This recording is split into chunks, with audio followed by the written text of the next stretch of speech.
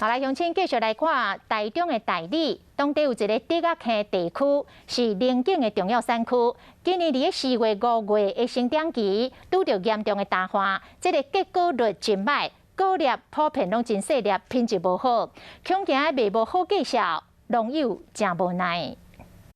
爬开龙井有看到龙井肉，永年若到7月份的时，龙井应该真大粒啊，不过即马却是真细粒，互这个靠天食饭的农友真无奈。今年的龙眼的大小会比较小颗，也就是因为缺水的原因。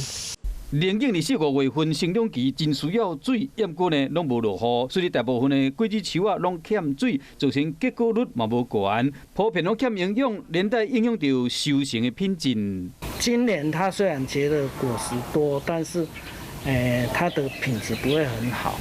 龙眼收成，我刚刚讲收成它不会变差，只是说它的卖相会不好。 好，它